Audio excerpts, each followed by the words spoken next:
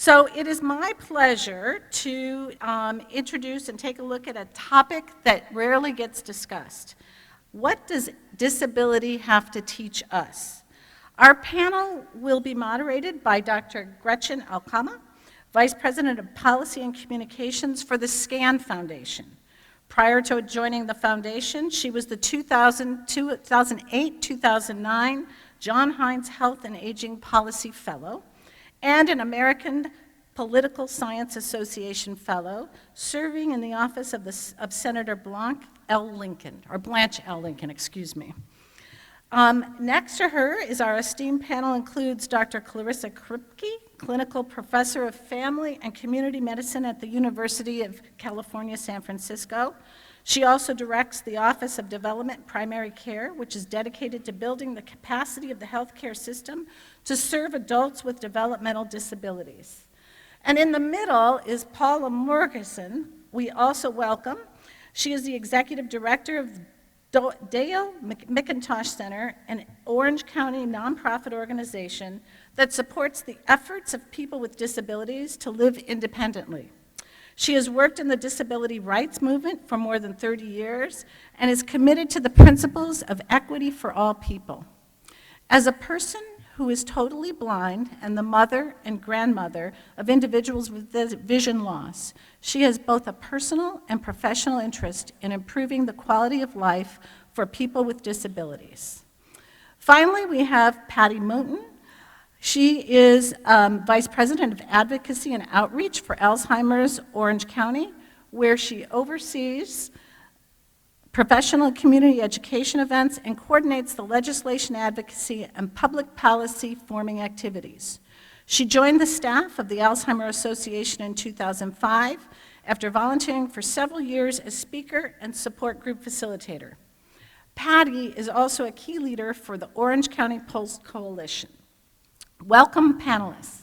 Now I'm going to turn it over to Gretchen. Thank you.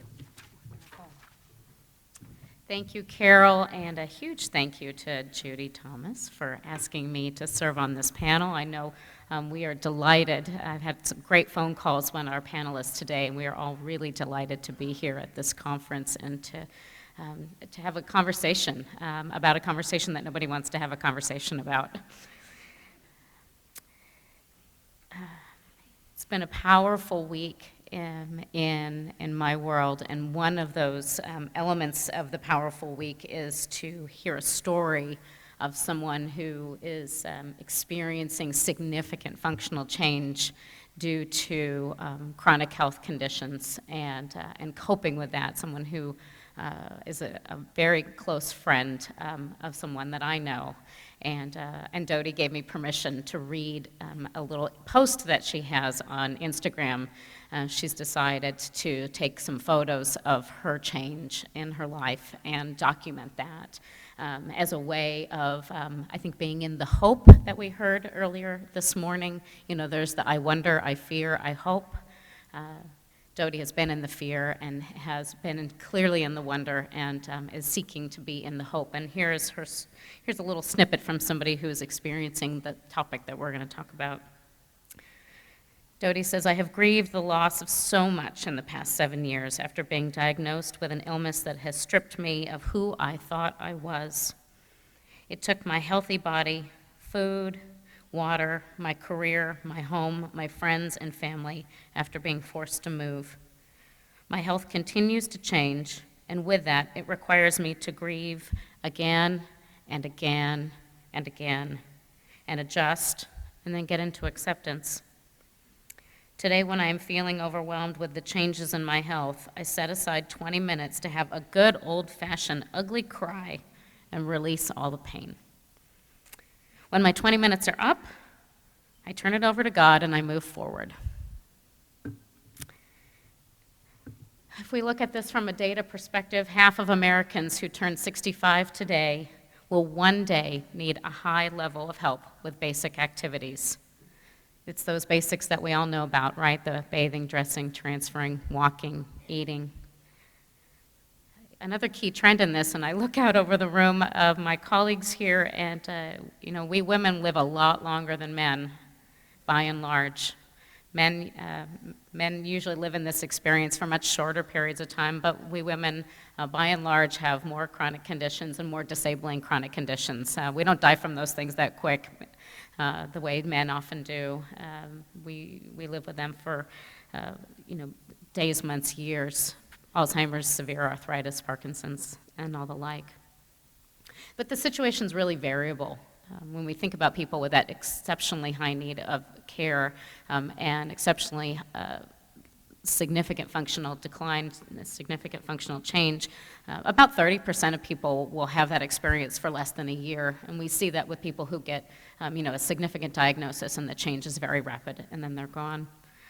But about 25% of people who have that experience of a high level of need have it for actually 5 years or more. And I know that all of you have somehow in your practice and in your lives have seen that.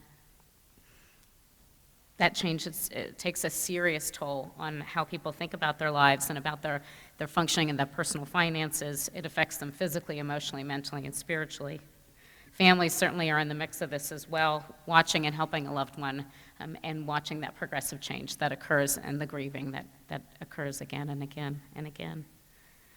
Now more than ever, healthcare providers and others, all of us in this room have moved towards having those difficult conversations with a focus on the end of life. We see that in things like the Conversation Project and Respecting Choices and other efforts. Post is certainly a huge engagement in that. And it often can have that discussion point about what do you want when it's at the end. But there's actually a conversation that we at the SCAN Foundation see as really critical to have encompassing with those conversation that actually is more difficult. It is that discussion point about what is happening in that change process as people have chronic health conditions and functional limitations. And it's talking about how people live in the midst of all of that as they're walking maybe towards a progression towards death, but life and death in many ways it's still a 1-0 experience. You are living all the way up until the point until you're not. We did a series of focus groups when the SCAN Foundation was brand new to just learn, just hear, listen from people about what did they think about aging, what did they think about aging, aging well, aging with a little bit of need, aging with a whole lot of need.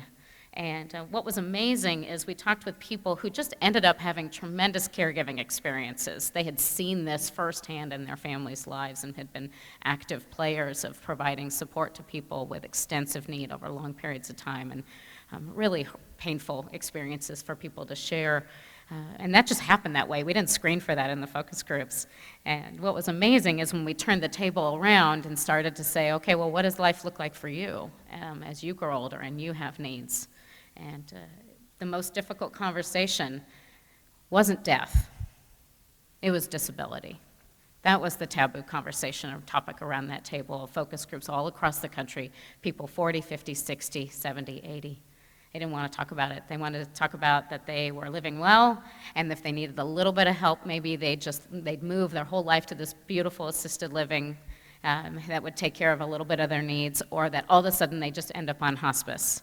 And for those of us who in the room, we know that that's not the trajectory that most people experience.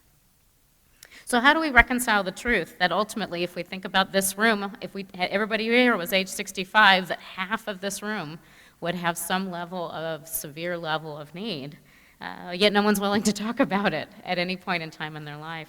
As a mass society, I suspect I'm in a room of choir members, shall we say, who think about this and talk about this and experience it much more than most. But as a national narrative, how do we talk about changing a functional experience, and how might that perception be shaping us all in how we respond, or frankly don't respond, to those who are in the midst of extensive daily living needs and experiencing the change of that functioning. This might be something that somebody's experiencing for the very first time in their life, or it can be somebody who has had functional needs in the past, who have lived lifelong with a disability, and now that's shifting again, and they're experiencing a new normal in their own right for themselves. There's an interesting article on Kaiser Health News today about what is the normal aging, so I really encourage all of you to read that. It kind of talks about it by the decade. These are aggregate numbers, but ultimately I think it speaks truth to the variation that folks see over the life cycle. And so while talking about this subject explicitly may be new for some of us here in terms of how do we think about functional change and frankly not slip into the fear of that, as we know is true in broad American culture, but really connect with the wonder and the hope of that.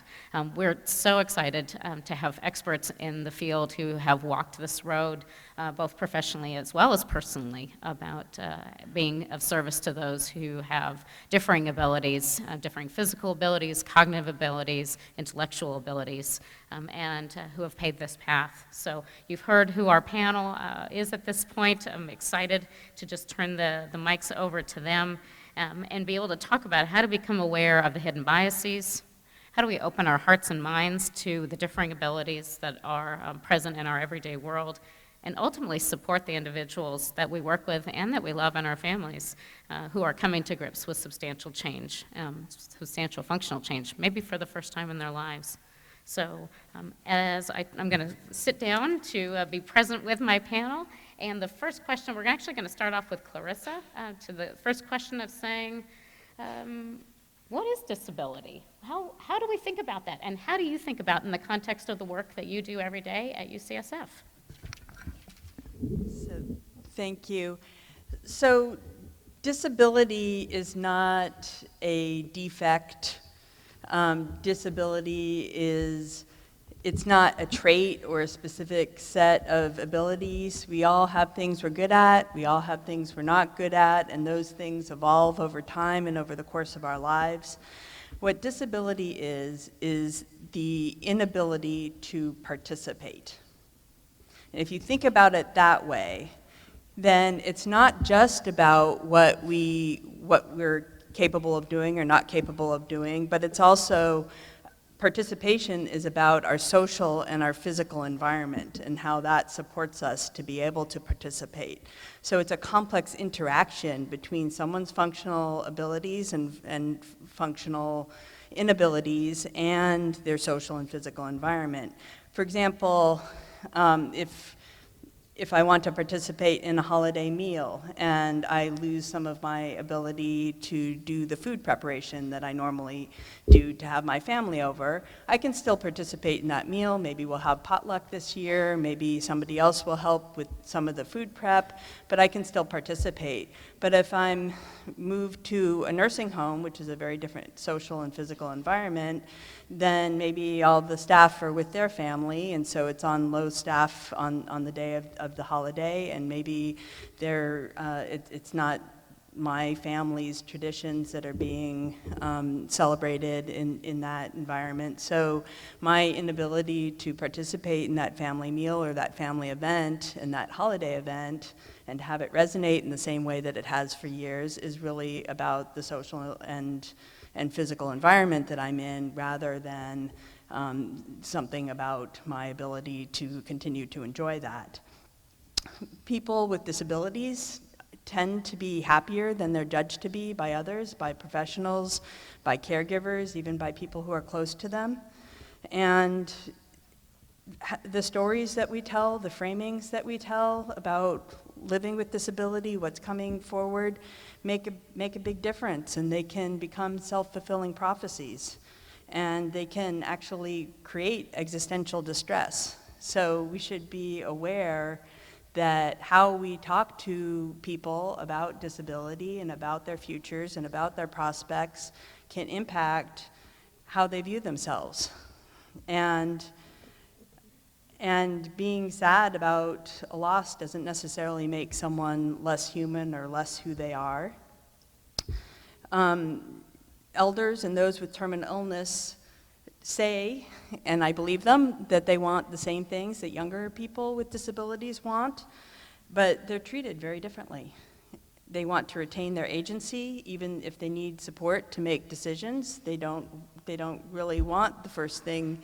One of the first things that we do when someone gets a terminal illness is ask them to sign a piece of paper. I'm going to get a bigger bonus if I get you to sign this piece of paper, turning over your autonomy to somebody else through a power of attorney. I'm not saying power of attorneys are a bad thing, but it's sending a message, right? It's sending a message that you can no longer direct your own life. And in the disability world, we don't do that, or we're moving away from that. People want to live in their homes. Can we send somebody along with the nurse to your home to make home modifications, to put up grab bars, to fix your bathroom, to move your furniture around so that you can go back, to put in a wheelchair? Can we change public policy around housing so that our houses are visitable? So when talking about your story about somebody has a loss of function and suddenly they lose their job and their friends and like everything about their lives, that doesn't have to be. That does not have to be. That's a choice that we as a society have made to put somebody in that position, but that does not have to be. So I don't want to commandeer too much of the time. I have a lot to say about this stuff, but I'll move on. I think that's a great entry point to talk about the ideas of participation, as well as what are the structural elements that shape the way we as a society think about functional change. And so I'm going to turn it over to Paula to get a perspective, really from the Independent Living Center movement, and that is what you direct at the Dale McIntosh Center. Tell us what you think on this subject. Okay. First of all, as a person with a major disability, I can say that I view it as primarily an inconvenience. When I can't jump in the car like you guys do and go where I want to go, it's a drag. I live for self-driving cars.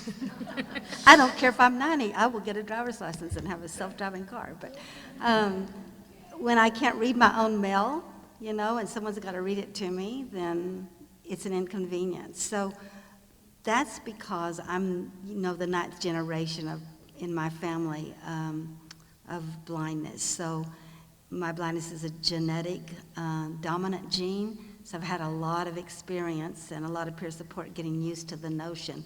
And so all of us, we find workarounds in my family. And it's interesting the wild things we come up with. Like I was taught by my grandmother how to use my tongue to thread a needle.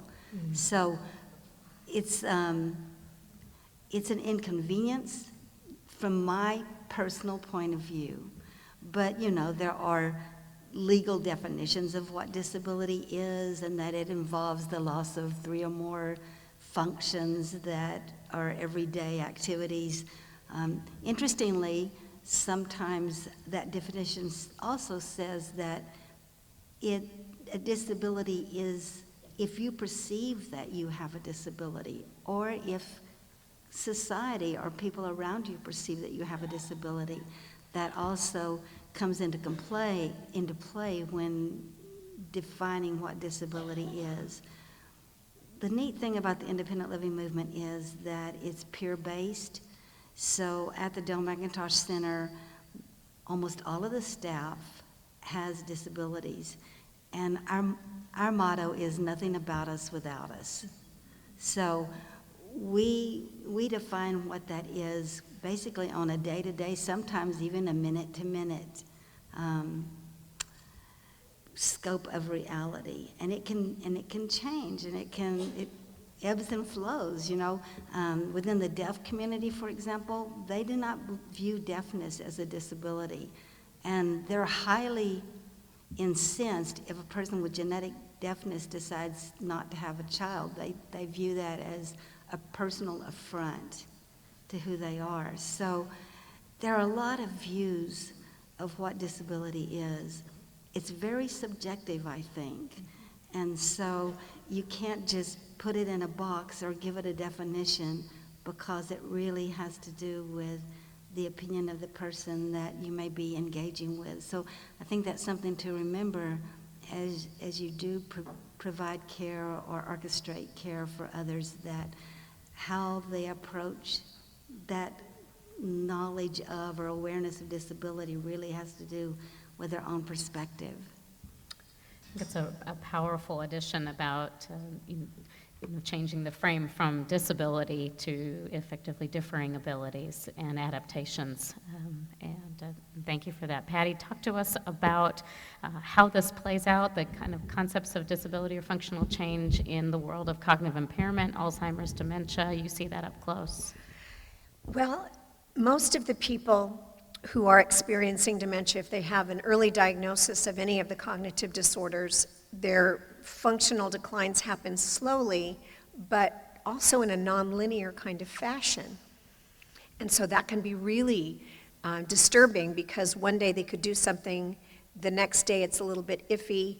They might not even have a perception of their change, or they might understand it a little bit, but they're not sure if everybody else does. And so they start to lose self-confidence, and they start to lose their feelings of self-worth, and some of their identity, because for many of us, we're who we are because of what we do, and what we know, and what we can think. And as I was preparing for this, I came across a quote by Stephen Hawking that I think is particularly poignant for us today in framing all of these kinds of functional differences. And he said, "My advice to other disabled people would be, concentrate on things your disability doesn't prevent you from doing well. Don't regret the things your disability interferes with, and don't be disabled in spirit as well as physically." So I think that's a powerful message for us, no matter what the functional changes might be of ourselves or of people that we serve, is we have to recognize that whatever binds us together as humans on a spiritual level is really not going to be disabled. It's just we, as people who aren't experiencing the same functional difficulties, have to find a creative way to reach them. Alzheimer's and related dementias is nasty business for people who are losing the things that made them who they perceive themselves to be.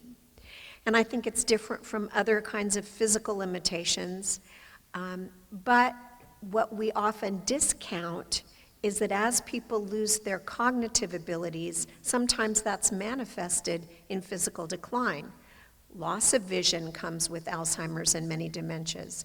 The proprioception and knowing where your body is and being able to navigate, knowing how to get home from the post office or the grocery store, that navigational thing goes away. Ambulation. Most people don't know that the most prevalent presenting symptom of Alzheimer's type dementia isn't memory loss, it's falls. So people lose their ability to have their balance. They're usually more toward mid-stage disease when they get a diagnosis. Now it's like, oh my goodness. I knew I couldn't think straight, but now I can't walk. So I think our response to people has to be in terms of what they can still do, and then maximize that, and find places where you can have de novo responses. In Alzheimer's and other types of dementia, artistic pursuits, even musical appreciation and expression, but particularly in painting and art, sometimes becomes so beautifully manifested for people that had no experience with art or painting previously. They just have to be exposed and sort of coached in the right way, and they might develop or manifest these wonderful talents. And unless we creatively look for them and tease them out, we might miss it altogether, and that would be disabling. So you started us off, Patty, talking about a little bit of how people experience that significant change. It's interesting about the statistic about falls that you reported as that being one of the number one signs of people with cognitive change. And I'd love for the others on the panel to speak about your experience in watching and listening to people come into an awareness and acceptance of their changed state. What that looks like, what are the variations in people's experience when functional change is present for them for the first time at any age? What do people walk through? One of the things I was thinking about when you were speaking was how often people aren't aware of those changes with Alzheimer's, that people aren't living despite their disability, they're living with their disability, and it's bringing out new things. So people might have an idea of who they are, but just because their physical abilities or cognitive abilities change, it doesn't make them an unperson, and we need to be really careful about how we talk to and about people, that we don't say, oh, well, you were a professor and now you can't do the same math that you used to do, therefore you're not a real person. They are a real person, and they're a real person who's now maybe exploring something different in their life, like art or like music, or I think most of the people with Alzheimer's that I've met would be I have a confession. When they were doing the mindfulness exercise, I was on my cell phone. And I live my whole life in the future. And most doctors do, it's a lot of delayed gratification to become a doctor. And if you don't have that personality, you're not going to make it. So I live my whole life in the future, and I look forward to a day when I can be present. I look forward to that, and I've seen that in my grandmother who had Alzheimer's, and she was very present, and to be with her, I had to be present, and the only times that I'm ever really present is when I'm with somebody who has cognitive delays or who has Alzheimer's or who is at the end of their life, and you have no choice but to shut everything else out, and that's such a gift. Paula, what do you experience of new people coming to the center, maybe for the first time, who are experiencing a significant functional change? Well, I think at first when people get a diagnosis or become aware that they have a disability, they are entering the grieving stage. It's a new reality. They're frightened. They don't know what to do. They don't know how to view who they are now because that's all changed. For me, because I was born with my disability, this is my reality. This is my normal. And ironically, a lot of times people ask me, well, if there were a cure, could you take a pill? Would you want to do that? I say no, because this is who I am, and it's so much defined who I have become that it would be like changing maybe my gender. I just can't even imagine life with sight. So we have these preconceptions that everybody wants to be cured and everybody wants to have, the perfect body, but maybe that's not so. I think one of the strongest things that we offer at Dale McIntosh Center is hope, because many of us have disabilities, and so when someone comes to the Center for Services and their disability is new, and we don't have to say anything, we just have to be there in our normal state doing our jobs. But if we're doing it and we're using a wheelchair to do it, or if we're doing it and we don't have arms or legs, but we've figured out a way to use other appendages, even our noses, to dial the phone, or if we're doing it with sign language, or we're doing it with Braille, we're doing it. So that's the thing. It's getting people to focus on what they can do and what are the workarounds, and that disability is truly part of the human experience. Right now, 20% of the population has a disability, and as we age, then that number goes up for sure. I'm in the aging population, and things that my mind says, oh, you're the same. You think the same. You're the same person you ever were. But my body's like, oh no, man, things are changing. So as we become more aware of what's really going on, and we have workarounds, and we come less to fear it and less to fight against it, and more to say, what can I still get out of life? How can I redefine myself in this new reality? So I have an assumption that I'm sitting in a room of incredibly self-aware and open-hearted people, and who come to this work in powerful ways. And I still would say that because of the human condition, we can all see the world in which we've been known to see, which means that we don't see everything. in this life, and we often can still have our own hidden biases and perspectives. And it may not be about disability writ large, but it may be about one particular kind of functional change, whether it be cognitive impairment, whether it be no longer being able to walk.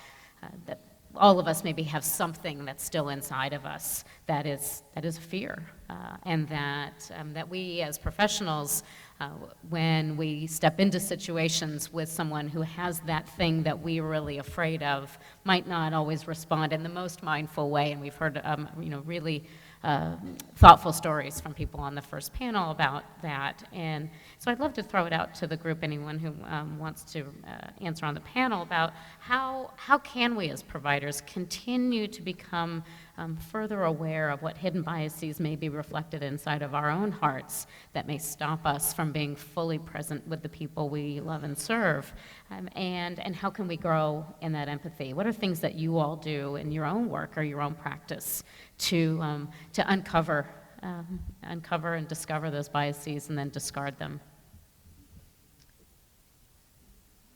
Well, one of the things that I always enjoy about the people that I am privileged to work with or get to know who have cognitive difficulties is to somehow hear some of their stories, not only how they report the stories in the moment that they're interacting with me, but how people from their past or from their present, their loved ones, report who they are. Because then we can react to them in a more normalized way. When I meet a gentleman who's 85 years old, mid to late stage Alzheimer's disease, no longer walking, I have a preconceived notion. He's a little old man, and I'm going to help him or entertain him or pray with him or do something for him and with him. But when I know more about him as a full individual, I can not only appreciate, as we said in the last session, what has been, what is, and then what are we hoping for. And sometimes we have to get it down to a very elemental level of the what is, because for people with profound cognitive disability, their only experience is what's happening right now. In classes, the carpet has a geometric pattern, but sometimes carpets and tile floors in facilities have square or rectangle patterns. And I sometimes step into that 2-foot rectangle and I tell caregivers, this is the entire universe of many of the people that we serve. And so get into it, appreciate it. It's cozy, it's small, but we don't have the worry about the vastness of what else is out there. We know what's right here, and this is what we're experiencing. And so I think if we do that with people with all kinds of limitations, whether or not they're functional or cognitive or mental health issues, whatever those limitations might be, if we get into their rectangle and serve them elementally with what they need, we're connecting at a level that really surpasses any of the limitations.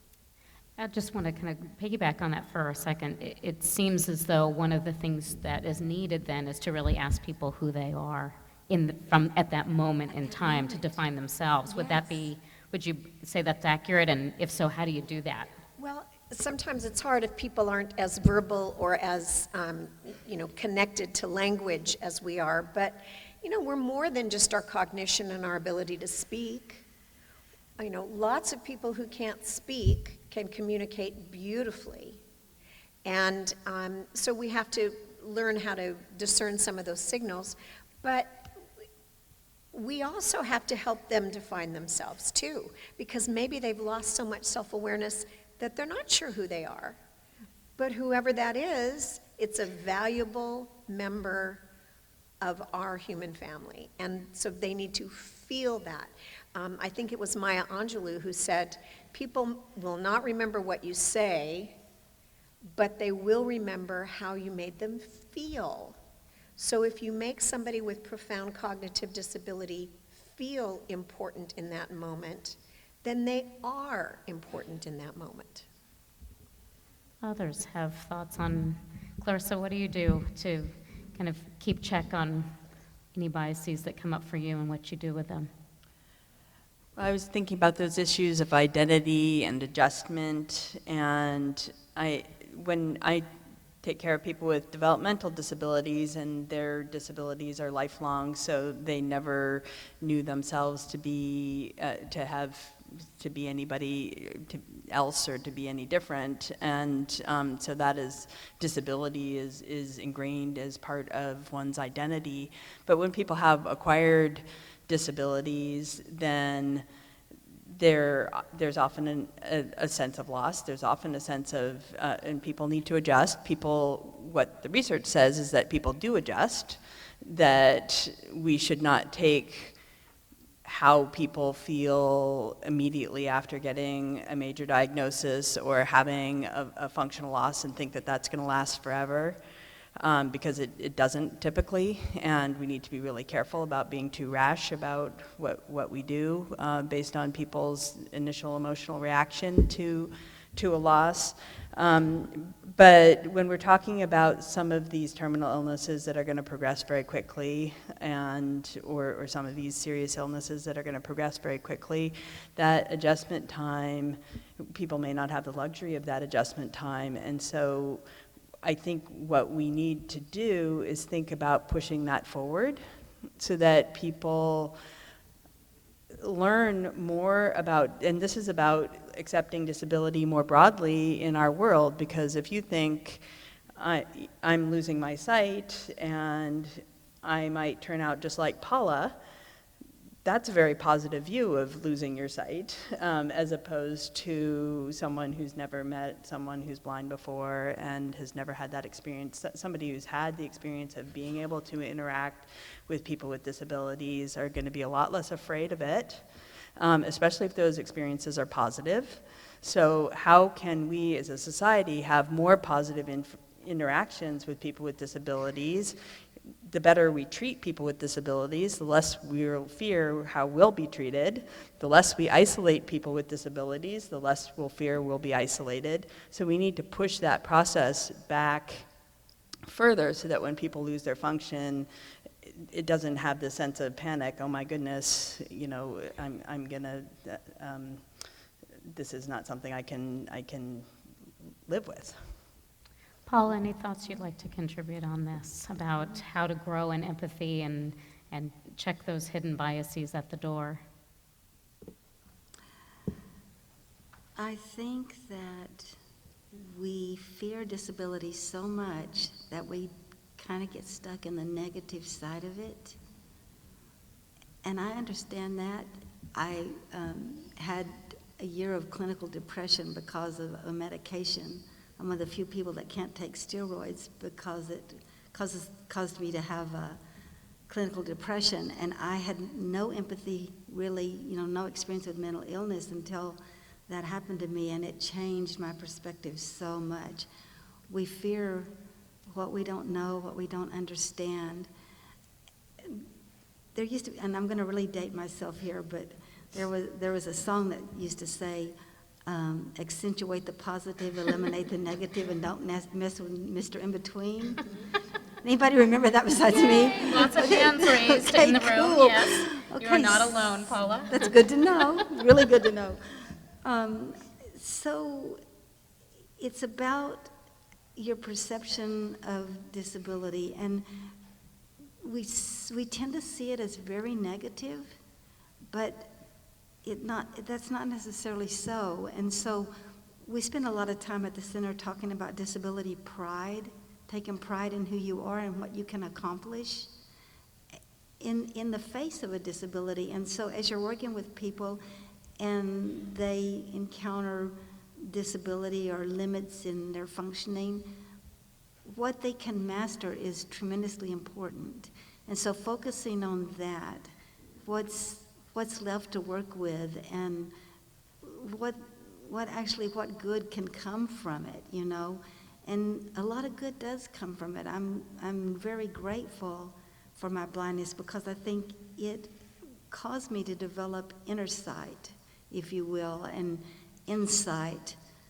And so I don't tend to look at the surface of things, can't look at the surface of things. So I could dig a little deeper, you know. So just thinking of that viewpoint, changing a little bit of not just for yourselves regarding those fears and those biases, but then to the patient, to your clients, so that they also can see another side to this issue of disability. There are microphones out in the hinterlands out here, so anybody who is wanting to ask a question, please go up to the microphones now. And the thing that I'm thinking about of this last comment that you shared, Paula, is Marcel Proust talking about that it's not in seeking new landscapes, and his statement about it's seeking new eyes, but the eyes were really seeking a new perception, taking a new viewpoint on what does it mean to have a differing ability than who you thought that you might be at this point in time in life. And I think that's probably true for every one of us in the room as we've grown older, that we've come up and confronted with that. So in many ways, one can say we've all had some experience with changing ability in our life. How can we convert that into an asset of empathy as we move forward? I do see someone coming up to the microphone. Thank you. Please tell us your name and what organization you're from. Hold on one second. We have a speedy assistant who is going to take off the mute, so just hang with us for one moment, please. Thanks. And I think we're good to go. Testing. Okay, thank you. My name is Maricela Lujan. I'm one of the pediatricians who works for California Children's Services here in the County of Orange. And I appreciate all your comments and ideas and insight.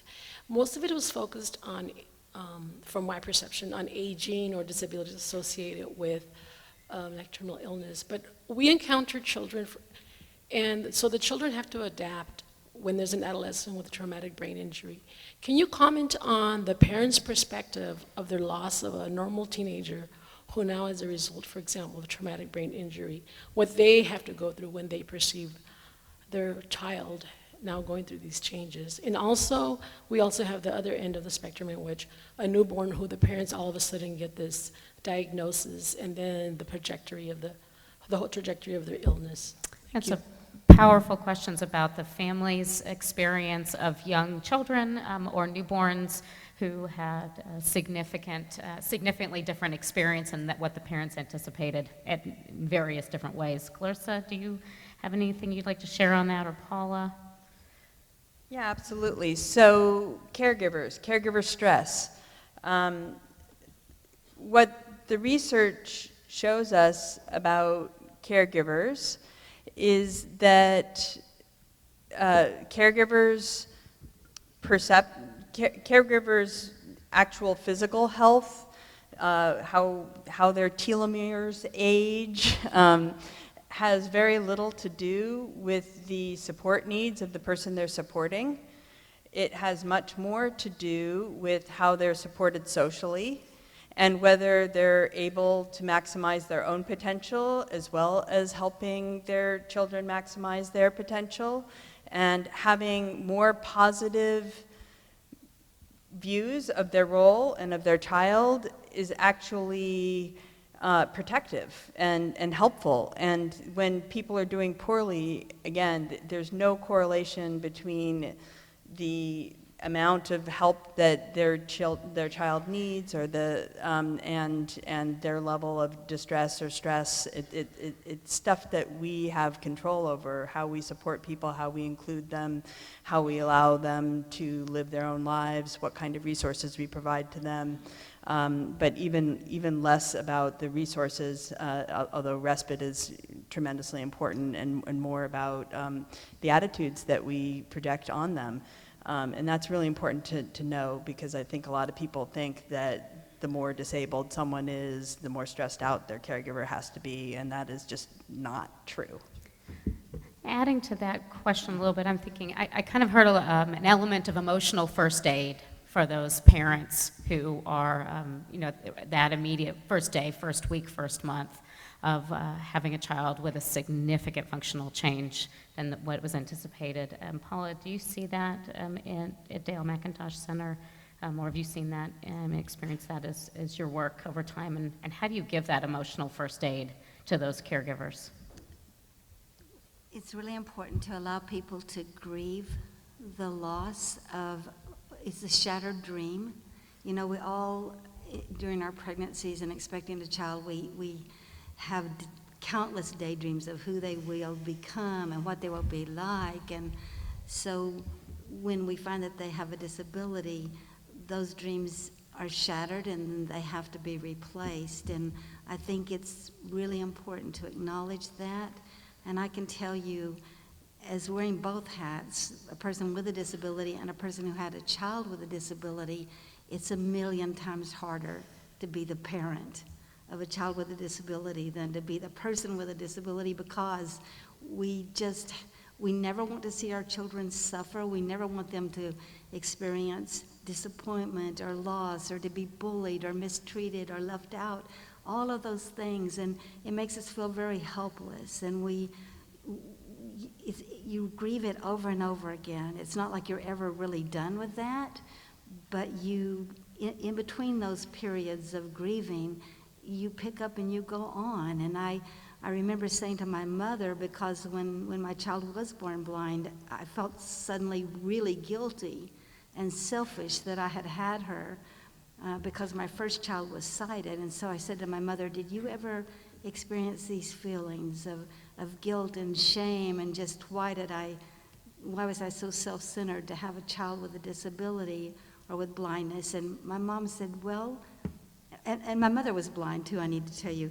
She said, let me ask you a question. Would you rather have been born blind or not at all? And that just really put it where it needed to be. Because let me tell you, and she just said, think of all the things that she will hear and touch and taste and feel. This is just one dimension of who she is. So if I leave you with anything, that's what I want to leave you with, is that disability is one dimension of who we are. Hi.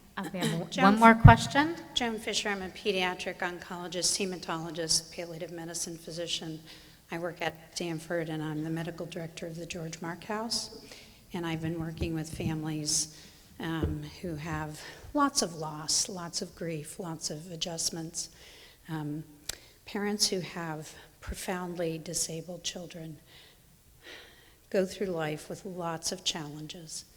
The people who meet these challenges the best are people who have learned the lesson that these children are the greatest gift they'll ever be given, because they learn the unconditional love that these children teach us. And I don't say that out of hand at all. They are a gift. And if there's one gift that we are given in life, it's to learn how to love unconditionally. It's what we're put on earth to learn, I think. And these children teach it every day, day in and day out. And yes, they need lots of support, and we can all give them that. But I have conversations with families all the time. And when I look into a parent's eyes and ask them if they've figured it out yet, and they say yes to me, the rest is all window dressing. Unconditional love is what we are taught by these children with profound differing abilities. And it just changes your life forever in a way you can't understand until you get it. Thank you for that really touching comment. And we're coming close to the end of our panel. I want to leave you with Dodi's thoughts for today on her post on Instagram. And she's in a little bit better place today than she was yesterday. And she says it's possible to find happiness and to be grateful even after what it feels like the universe has dealt you a crappy hand. During my illness, I have taken charge over that which I still have power over, my thoughts, my attitude, and my approach to life. I prefer to approach it with laughter and humor on most days. And I think that's probably we can all relate to something in that spirit. And So with that, I want to give a sincere and warm thank you to this very open and vulnerable panel.